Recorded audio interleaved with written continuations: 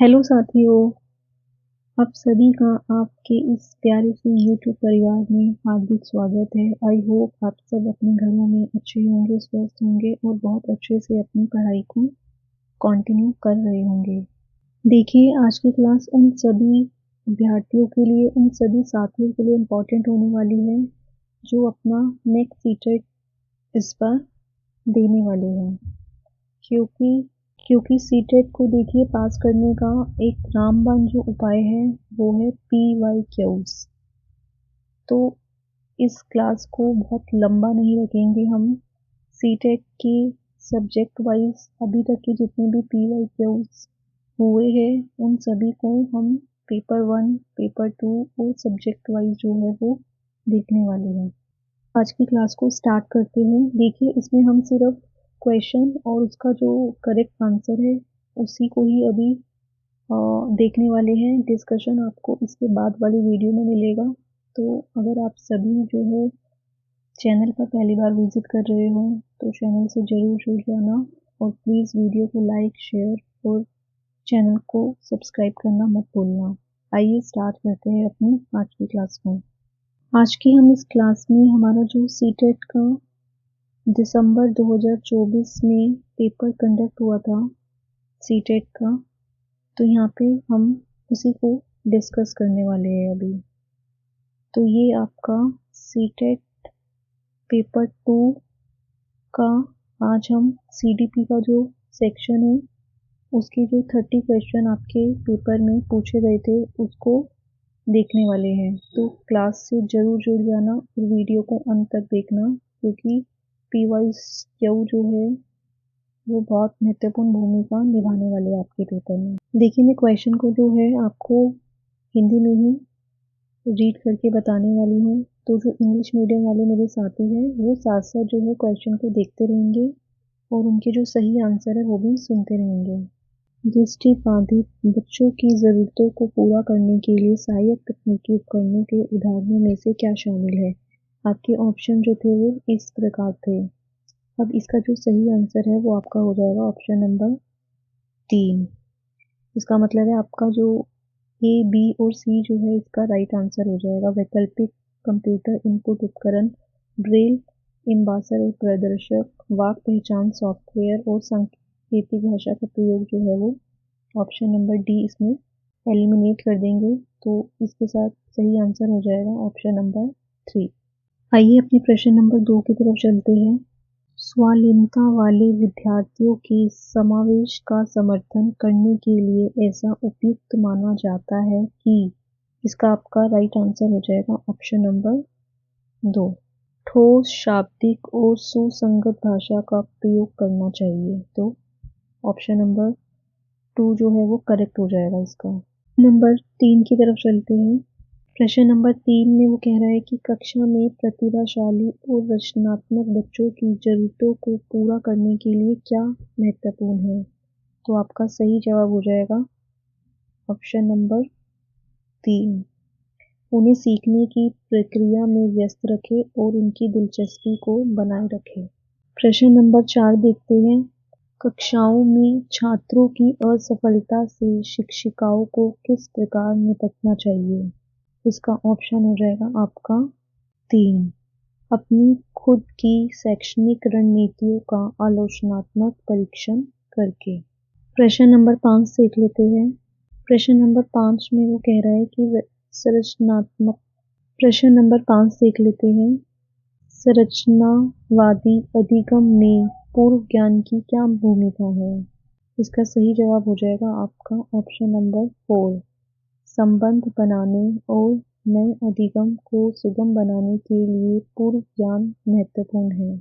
प्रश्न नंबर 6 एक संरचनावादी कक्षा में शिक्षक छात्रों को स्वनिर्देशित शिक्षार्थी बनने में कैसे सहायता कर सकते हैं? इसका ऑप्शन हो जाएगा 1 करेक्ट। छात्रों को अपनी स्वयं के सीखने की जिम्मेदारी लेने और स्वयं नियमन कौशल विकसित करने के लिए प्रोत्साहित करते हैं। प्रश्न नंबर 7 को देखेंगे। निम्नलिखित कथनों को पढ़िए। आपको इसमें अभिकथन दे रखा है और एक कारण दे दिया है।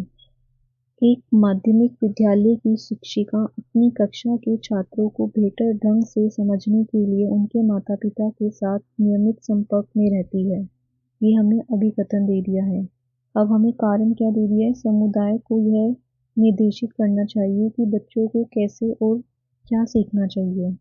तो इसका जो सही विकल्प हो जाएगा वो हमारा हो जाएगा ऑप्शन नंबर 1। इसमें वो क्या कह रहा है कि ए तो सही है लेकिन आर गलत है।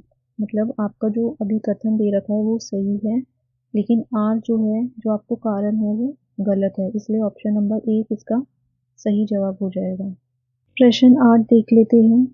प्रश्न 8, शिक्षार्थियों की समस्या समाधान कौशलों को उन्नत करने के लिए शिक्षकों को प्रोत्साहित करना चाहिए और शिक्षार्थियों के बीच चिंतन को बढ़ावा देना चाहिए। आपका इसका सही जवाब हो जाएगा ऑप्शन नंबर 2, मौखिककरण और सादृश्यात्मक। प्रश्न 9 देख लेते हैं। अन्वेषण अन्वेषण अधिगम में छात्र, ऑप्शन नंबर 3 इसका सही जवाब हो जाएगा, विचारों की खोज और हेरफेर के माध्यम से स्वयं के लिए जानकारी प्राप्त करते हैं। आइए प्रश्न 10 देख लेते हैं।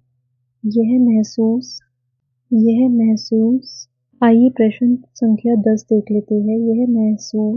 यह महसूस करते हुए कि वह विज्ञान कक्षा में ध्यान नहीं दे रहा है और इसलिए वह सन प्रत्यय को समझने में असमर्थ है, रमेश कक्षा में सबसे आगे बैठने का फैसला करता है ताकि वह ध्यान केंद्रित कर सके। रमेश सीखने की किस रणनीति का उपयोग कर रहा है यहाँ? अब इसका आपका सही जवाब हो जाएगा अधिसंज्ञान। तो ऑप्शन नंबर 4 आपका सही जवाब हो जाएगा। प्रश्न संख्या 11 देखते हैं।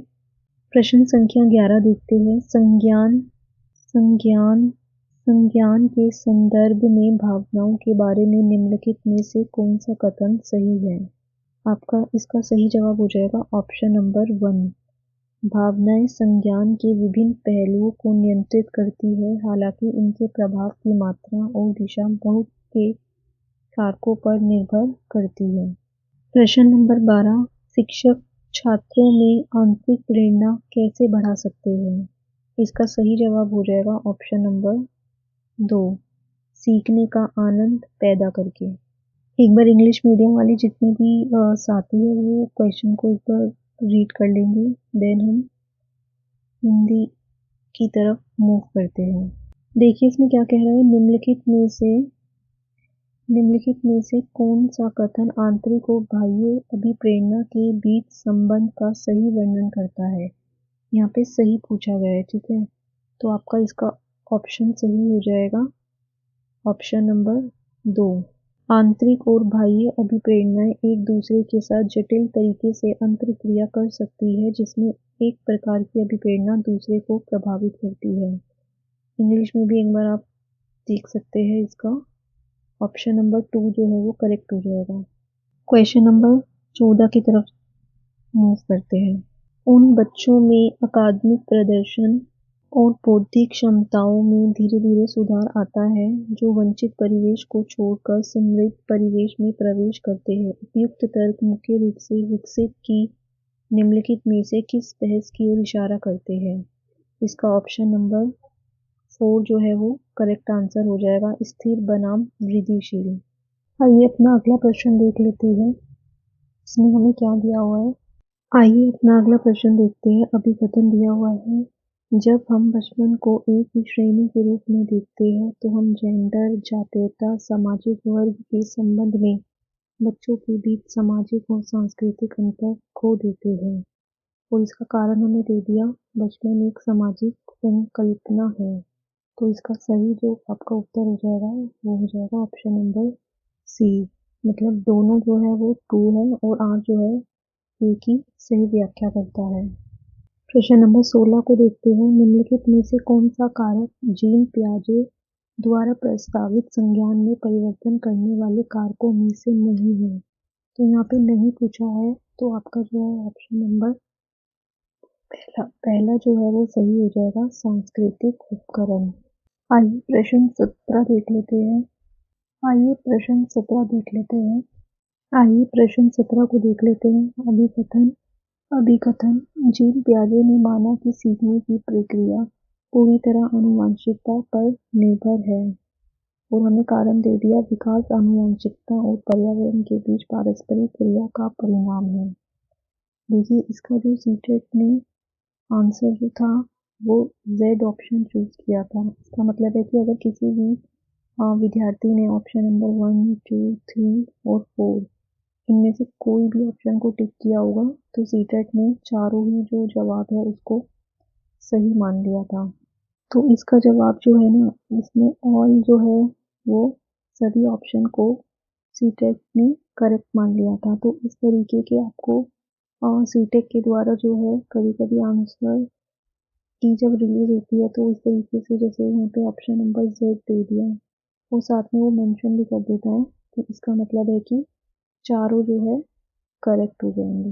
प्रश्न नंबर 18 जीन पियाजे के अनुसार जब बच्चे अपने मौजूदा संज्ञानात्मक रचनाओं के अनुसार नए अनुभव को नहीं समझ पाते तो वे किसका अनुभव करते हैं और किसका सहारा लेते हैं।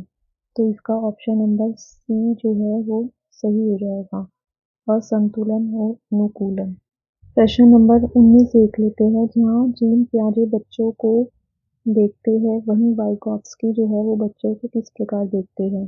तो इसका ऑप्शन नंबर जो 4 है वो आपका सही जवाब हो जाएगा। जीन पियाजे बच्चों को कैसे देखते हैं, विचारों के सक्रिय हेरफेर कर्ता के रूप में, और वहीं वाइगॉत्स्की इसे देखते हैं सामाजिक संदर्भ में सक्रियकर्ता के रूप में। प्रश्न नंबर 20 देख लेते हैं। लॉरेंस कोहलबर्ग के सिद्धांत में नैतिक विकास की अवस्था के निर्धारण का आधार जो था वो क्या था। तो इसका जो सही जवाब आपका हो जाएगा वो हो जाएगा ऑप्शन नंबर बी यानी कि सेकेंड, जिसमें बी और सी जो है वो सही दिए गए हैं। व्यक्ति द्वारा दिया गया उत्तर चोरी के पक्ष में और विपक्ष में और व्यक्ति की अनुक्रिया में अंतर्निहित तर्क। प्रश्न 20 को देख लेते हैं। ले वाइगोत्स्की के अनुसार संज्ञानात्मक विकास के मायने क्या है। इसका सही जवाब हो जाएगा आपका ऑप्शन नंबर 3, मनोवैज्ञानिक उपकरणों के उपयोग में महारत हासिल करना। अपना अगला प्रश्न देख लेते हैं। ले वाइगोत्स्की के अनुसार अभ्यर्थियों की सन्निपस्थ विकास के क्षेत्र में माध्यम से प्रगति में मदद करने में किसकी आवश्यक भूमिका होती है। इसका सही जवाब हो जाएगा आपका ऑप्शन नंबर 4, अधिक जानकर अन्य। प्रश्न 23 देख लेते हैं। हार्वर्ड गार्टनर ने प्रस्तावित किया कि बुद्धि, सही जवाब आपका इसका हो जाएगा ऑप्शन नंबर 3 को अलग-अलग प्रकार से विभाजित किया जा सकता है।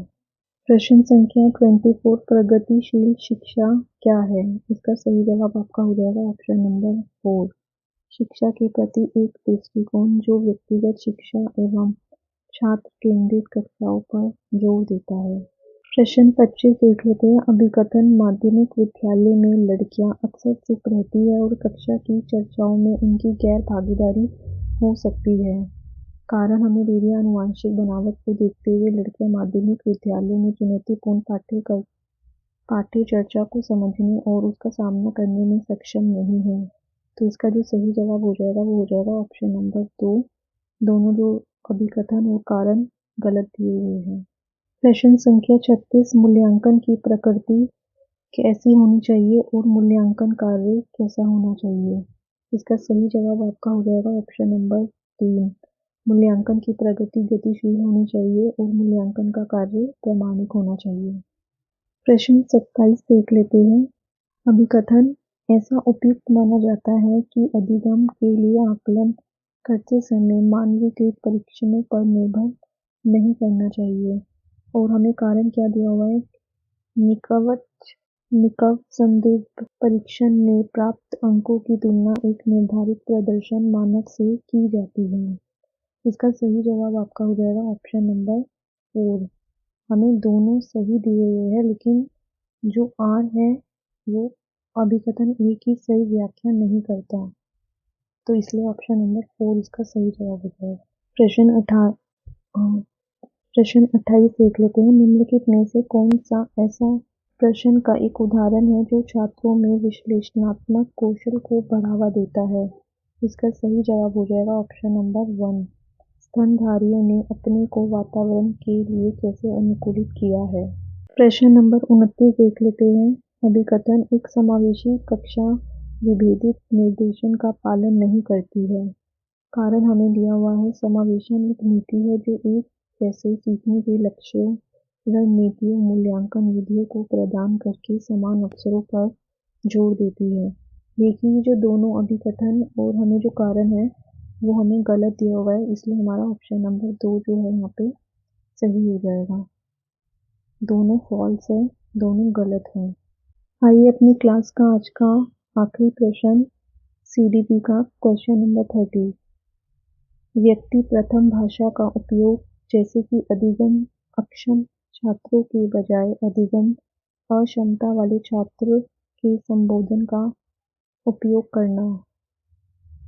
इसका ऑप्शन नंबर 4 हो जाएगा। समावेशन के मानवाधिकार दृष्टिकोण के अनुरूप है। इसी के साथ हमारी आज की जो क्लास है उसको हम यहीं विराम करते हैं।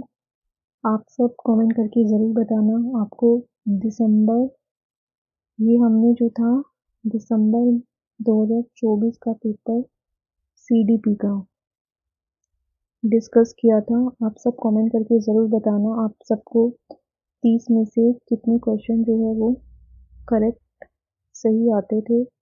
और आप वीडियो पाने के लिए प्लीज़ चैनल को सब्सक्राइब ज़रूर कर लेना।